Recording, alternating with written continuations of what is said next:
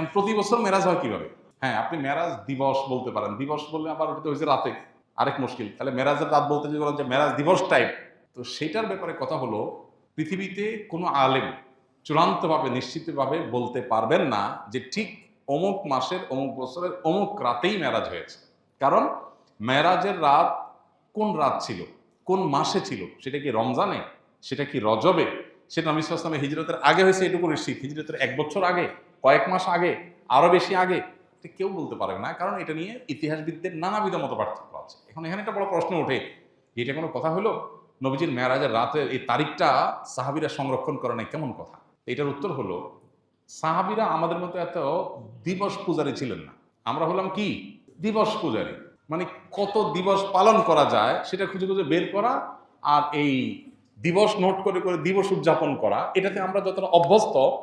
১,৫০০ বছর আগের পৃথিবীর মানুষ এই দিবস কেন্দ্রিকতা এতটা তাদের মধ্যে ছিল না। ১,৫০০ বছর তো বহু দূর কি বাত। যাদের বয়স ৪০-এর উপরে বা এই কাছাকাছি বয়স যাদের, বা আরো বেশি যাদের বয়স, এদের একজনেরও দেখবেন জন্মের তারিখে ঠিক নেই।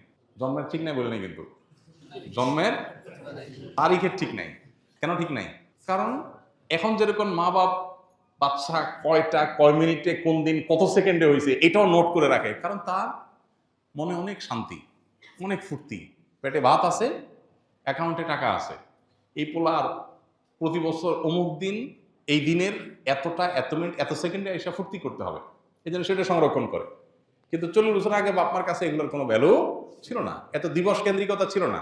তাদের কাছে বাচ্চা হয়েছে এটাই গুরুত্বপূর্ণ, নাম আছে এটা গুরুত্বপূর্ণ, কোন মাসে কোন তারিখ হইতেছে জানে না। এখানে অনেক মনে আছেন যে তার জন্মের সঠিক তারিখ সে বলতে পারবেন। আমাদের দেশে পাসপোর্টগুলো নিয়ে যারা কাজ করে তারা বলতে পারবে, বিশেষ করে গ্রামাঞ্চলে। বেশিরভাগ পুরাতন পাসপোর্ট নিয়ে কাজ করলে দেখা যায় যে সবার জন্ম তারিখ ১ জানুয়ারি।